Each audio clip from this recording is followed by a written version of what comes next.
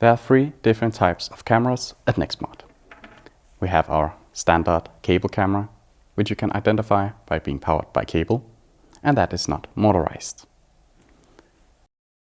Next, we have our PTC or motorized cameras, which you can identify by being able to move it in 2 axes directly from your mobile phone. And then lastly, we have our battery cameras, which you can identify by not having to connect a power cable to turn it on, and that it has a PIR sensor in front of it. In terms for the interface for our cable cameras, up in the left corner you see a little date and a time, which will sync automatically whenever you connect it to the Wi-Fi. Up in the right corner you see a signal strength as to how strong the signal is for your camera and your Wi-Fi router.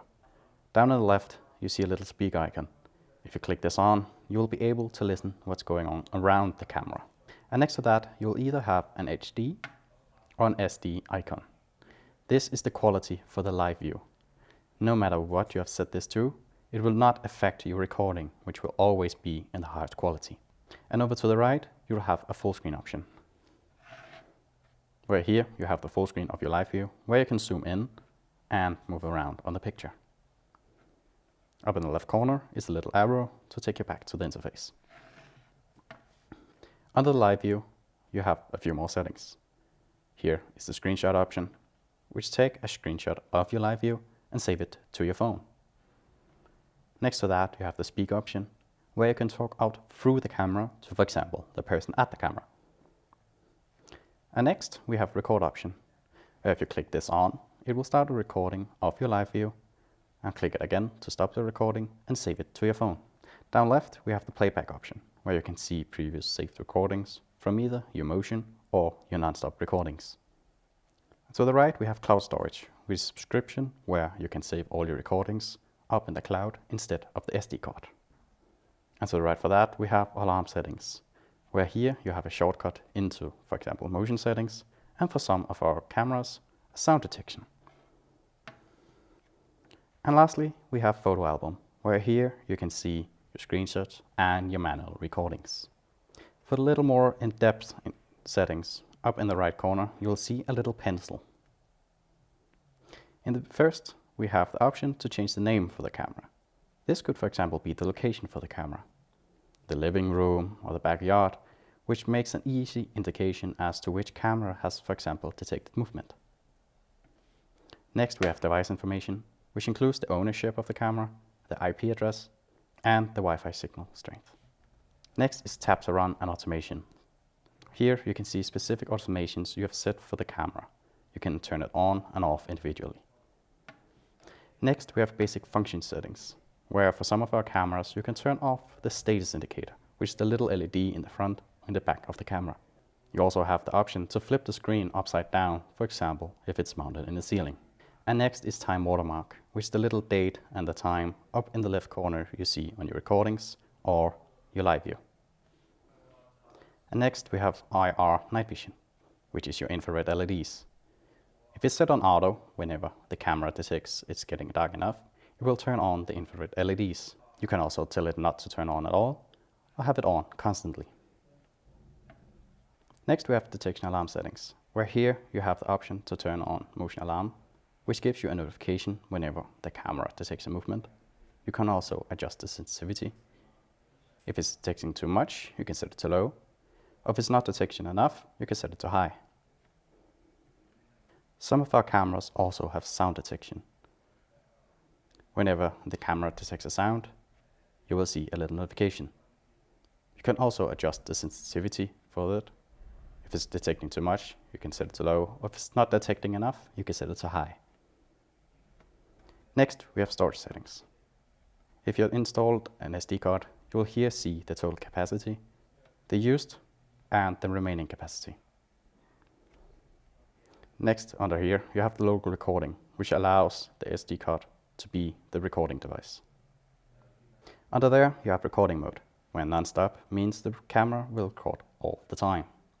Where if you turn to event recording, it will only record whenever the motion is being triggered. You also here have the option to format the SD card in case the total capacity is not showing up correctly. Next, we have offline notification. If this is turned on, your app will check every 30 minutes to see if your camera is still online. It could be, for example, if it's lost Wi-Fi signal or have been lost power. Then you will receive notification that the camera is not online anymore. And lastly, we have firmware information, where here you can update the camera manually, or you can turn on automatic updates, and whenever there's an update, your camera will update. In terms of the interface for the PTZ cameras, up in the left corner, you will see the date and the timestamp.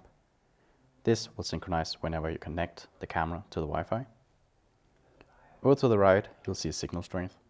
This is the Wi-Fi signal between the camera and your Wi-Fi router. Down left, you will see a little speaker. If you click that, you'll be able to listen along the camera. Next to that, you will either see an HD or SD symbol. This is the quality of your live view. However, no matter what setting you have set this to, it will not affect the recording settings. Over to the right, you'll see a full screen option, where you have the option to full screen your live view, zoom in, and move around. Here, with the PTZ camera, you also have the option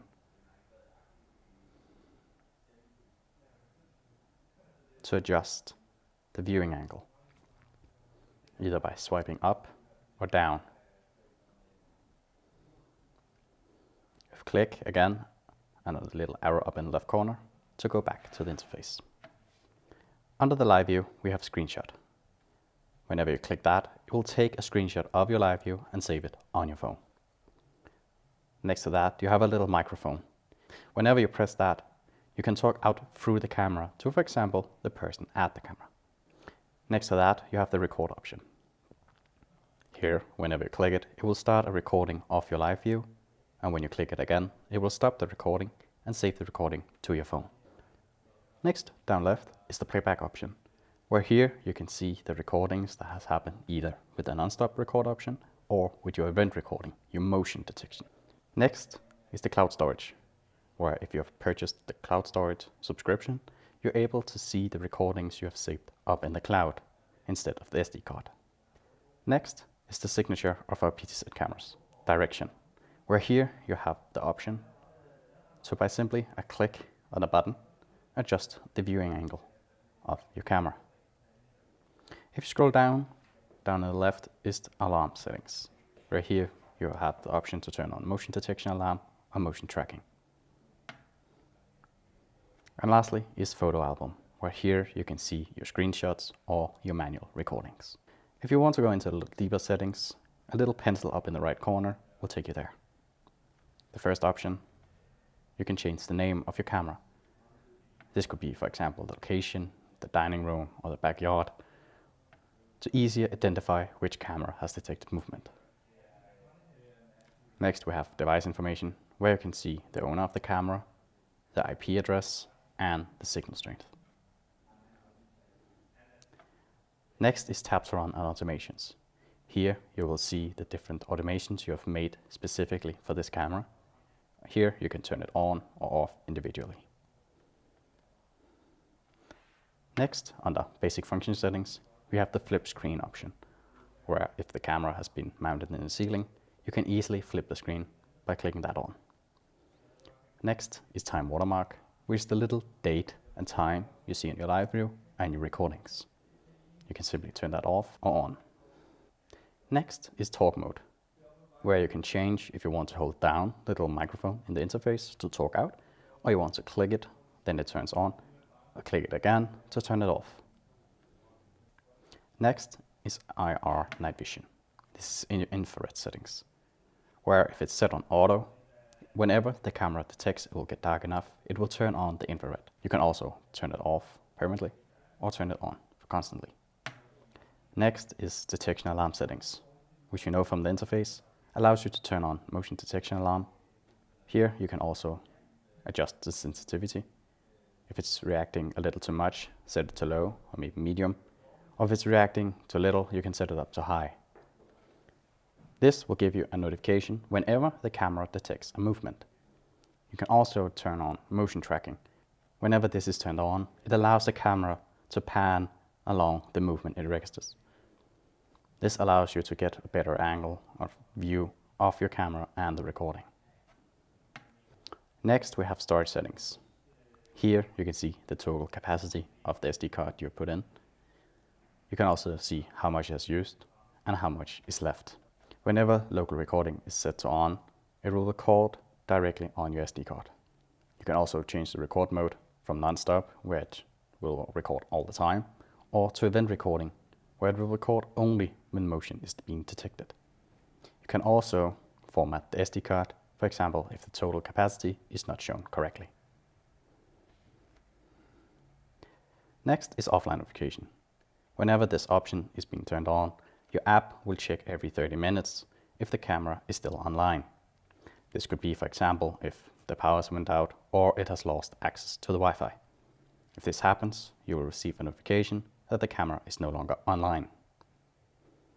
Next, we have firmware information, where here you can manually update your camera, or you can turn on automatic updates. And whenever an update is available, your camera will be updated. In terms for the interface for battery cameras, up in the left corner, you will either see an HD or an SD symbol. This is the quality of your live view. No matter what setting this has been set to, your recording will always be in the highest quality. Next is your battery level. Here you can see how much battery is left on the camera. Over to the right, you see a little speaker icon. If it's pressed, you can listen along with the camera to hear what's going around the camera. And next is a little zoom icon. Here you have the option to make a little instant zoom, where you can zoom in and out, move around on the picture. Down under, you have the data transfer. Here you can see how much data is being transferred over your Wi-Fi connection. And down on the live view, you see a little date and a time. This will synchronize whenever you connect to the Wi-Fi the first time. Down in the bottom, you will have first a full screen option, where here you get a bigger picture of your live view, where again you can zoom in, move around, and zoom out again. A little arrow up in the left corner will take you back to the interface. Next to that, you have a little camera, where here, if pressed, it will take a screenshot of your live view and save it directly on your phone. Next is a little microphone. Whenever pressed, you can talk out through the camera, for example, to the person at it. And next is a little camera, where here you can record your live view, and pressed again, it will stop the recording and save the video directly on your phone. And lastly, we have two arrows, which bring up a little more settings, where one will be playback, where you have the option to see previous saved recordings, for example with your motion detection. Next is gallery, where here you can see screenshots and manual recordings. Theme color, if you don't like the light mode, you can change it to dark mode or back to light mode. Night mode, which is your infrared settings. Whenever set to auto, it will turn on the infrared LEDs automatically. You can also turn it off constantly or turn it on permanently. PRR settings, which is your motion detection. You can set it either to off, you can set it to low or high. If it's not registering enough, you can set it to high, or if it's registering a little too much, you can set it to low. And then down at the bottom, we have messages. Under messages, you can see, for example, motion detection, or if you have automations, whenever they have been activated. To the right, you have cloud. If you purchased the subscription, you can see your recordings, which have been saved in the cloud instead of the SD card. And lastly, features, as we saw before. For the deeper settings, up in the right corner is 3 little dots. In the beginning here, you have the option to change the name for your camera. It could be dining room or the backyard, for example, to easier identify which camera has detected movements. Next, we have device information, which includes the owner of the camera, IP address on the camera, and the signal strength for the Wi-Fi. Next is tap to run and automations, where whenever you've made automations for the camera, you can see them specifically here, where you can turn them off and on individually. Next is basic function settings, where here you have the option to flip the screen if the camera has been mounted in the ceiling. You can turn off the time watermark, which is the little date and the time you see on your recording or on your live view. And talk mode you can change from holding down the little microphone you saw in the interface, or you can set it to a tap where you click it, where it will be turned on, and click it again to turn it off. Next is IR night vision, which is your infrared settings as we know from the interface, where here you have the option to set it to auto. It will turn on whenever the camera detects it will get dark. You can turn it off constantly or turn it on permanently. Detection alarm settings, you have the option to turn on and off human body filtering.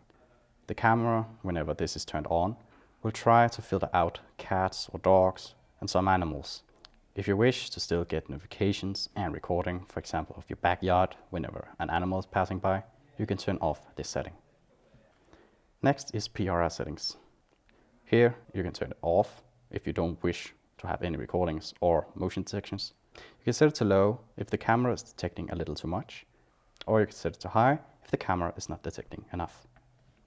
Next is power management settings, where here you can see the remaining battery. You can see which power source it is, if it's battery or plugged in for charging, and you can set an alarm threshold as to how low the battery level needs to be before you receive a notification. Here you can change between 10 or 50%. Next is storage settings, where here if you have inserted an SD card, you can see the total capacity, the used capacity, and the remaining capacity. You can also format the SD card in case the total capacity is read incorrectly. Next, we have offline notification. If this is turned on, the app will check every 8 hours to see if the camera is still online. This could, for example, be if the camera has lost power or has lost Wi-Fi signal. Then you receive a little notification on your phone that the camera is no longer online. And lastly, we have firmware information, where here you can manually update your camera, or you can set up automatic updates, and whenever an update is available, your camera will be updated.